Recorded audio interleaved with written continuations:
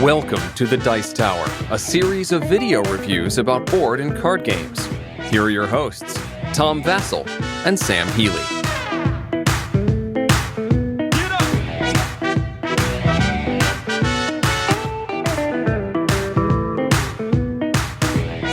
Hey everybody, I'm Tom Vasel. I'm Sam Healey. And It's in the box again. It doesn't really matter. But anyhow, today we're taking a look at, I think, the 4th edition of Drakon. 4 editions. It might be the 3rd, I'm not sure. Drakon is a game that came out over 10 years ago. It is a game by Tom Jolly. It is a game about escaping from a dragon. And despite how big and cool the dragon looks on the cover, this is a small box game, and it is a small box game. Yeah. It's been a long time since I played Drakon. It was definitely... Man, I lived in Kunsan at the time, I think was the last time we played this. Yeah, it was a while. But, is it still good? Let's check it out.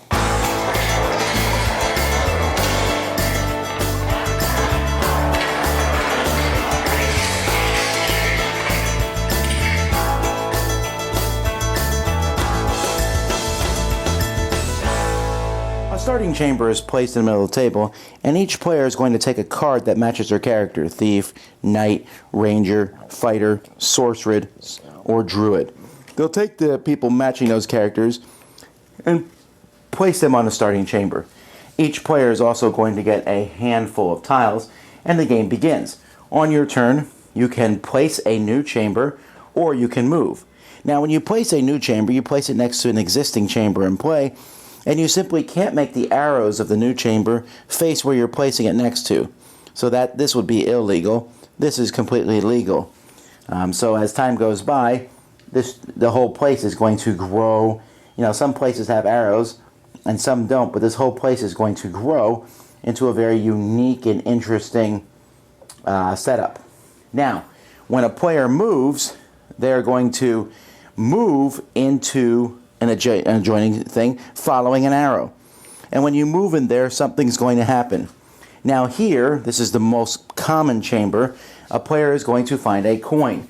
And the game comes with coins because the object of this game is to get 10 coins. So when you get 10 coins, you will win the game. Now you're going to take a random coin, and the coins have a value of 1 to 3. So you could get a lot of, with 4 coins, you could have the 10 that you need. Other rooms, like for example, moving into that room there, will cause you to destroy another chamber. You basically get rid of a chamber. This one here lets you switch a chamber with one from your hand. This one here lets you teleport to any chamber. When you go in this one, when you leave, you have to move 2 spaces. This one here, if you're next to it and you can go into it, let's say this was here, you would have to go into the chamber where the harp was rather than go somewhere else. And there's a key chamber. You can move anywhere from a key chamber, even against an arrow, which you normally can't do. Here, you can rotate a chamber when you move into that space. Here, you can steal a coin from the next player to you clockwise. And there's one for a counterclockwise also. And the most important chamber is this one here. When you place this one, the dragon comes out. You place him in any chamber where no one is. Anytime someone moves into a dragon chamber, whether that one or another one, you can move the dragon up to 3 spaces. He doesn't care about arrows, and if he lands on a person, that person loses 1 coin and is sent back to the opening chamber. And that's basically it. There's a few other chambers that do various things, but for the most part, you are going to place a tile or you're going to move. Each player also has a special ability that they can use once per game. These special abilities can be used and you flip the card over. Like this one, the druid can ignore something or another person's ability. This sorceress here, when she moves, she can move anywhere. But you can only use each of these once. This guy can move and do something. And once you use it, you just flip the card down to show that you've used it.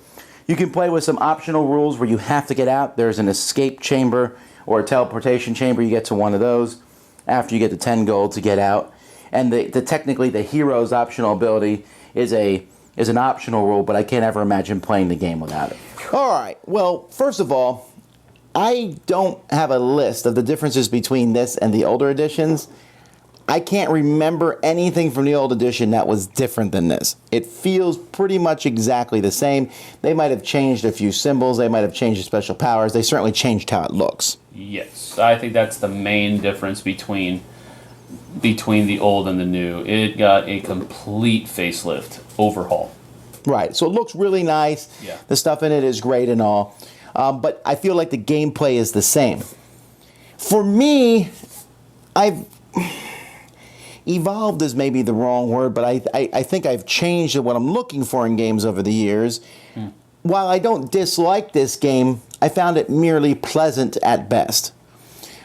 You basically can take an action, or you can move, or that's it. You know, and sometimes that's kind of boring. Place a tile or move, and sometimes you move and nothing happens. Yeah, that's true. But I mean, you have to kind of play to the game's strengths, and the game's strength is really all about player interaction. I think you're trying to keep people from doing what they want to do. You got to watch out for people setting up, cycles and paths where they're going to crank out the points and that kind of thing. You have to, and then when you see people doing that, you have to disrupt it. So I think that's more where the fun of the game lies. Is the interacting with the other players and keeping them from doing what they're trying to do. While at the same time, trying to do what you want to do. It's almost like a take that game with tiles. It's not quite.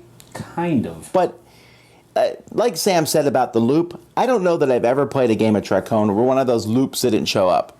Yeah. Coin, coin, coin, over here. Coin, coin, coin. And you're like, okay, we got to stop this person from doing that. And if you don't get the dragon... Yeah. And sometimes this game can have that classic problem where I can stop Sam from winning But at the cost of making me not even come close to winning. And therefore I'm helping Billy Bob. Yeah. And I don't ever want Billy Bob to win. Billy Bob. So for me, overall, the component quality is high. And I can see this being fun, especially in a family setting or with kids. Even if you will have to look at the sheet every time you turn a tile over and go, what does that do? Yeah. I mean, after a while, you figure out most of them. But still, it's like, And there's still some things. Now, does this happen when I move into it? Or does it happen when it's played? There's, some timing issues. Right. For me, though, I guess I'll give it a week dragon's thumb up. Do dragons have thumbs? Sure. Okay, sure. A weak dragon's thumb up. It's okay, and I liked it okay, but I don't know that I would ever ask to play it. I would play it, and I can get into the spirit and have fun, and it's a nice production, but it just seems dated to me. Okay.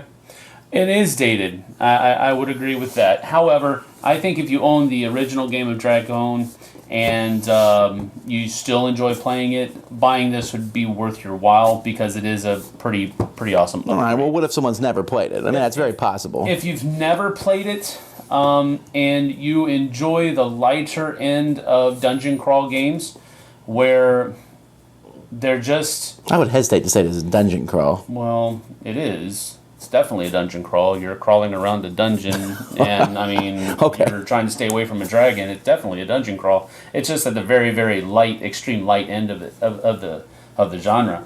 And if you like that, I would imagine you would get your money's worth out of it and enjoy it. I mean, if you can get 15, 20 games out of this, it would be worth your while to purchase it. Well, I think that about any game. Right, but I mean that's what I mean, some games you play once, you say, okay, I'm done, I'm fine. But other games warrant more plays. I think if you enjoy the lighter end of a dungeon crawl genre, you can get a good amount of gameplay out of this.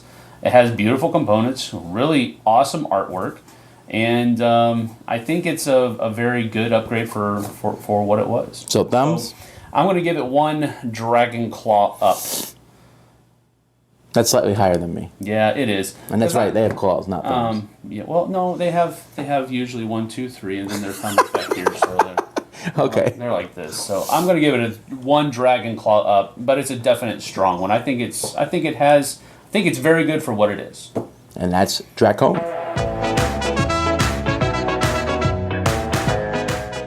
Thanks so much for watching the Dice Tower videos. Find more great videos and reviews, as well as our top-rated audio podcast at Dicetower.com.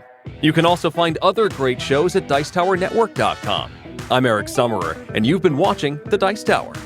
The Dice Tower is sponsored by Cool Stuff Inc., where you can find great games for great prices. Cool stuff in stock. Check them out at CoolStuffInc.com.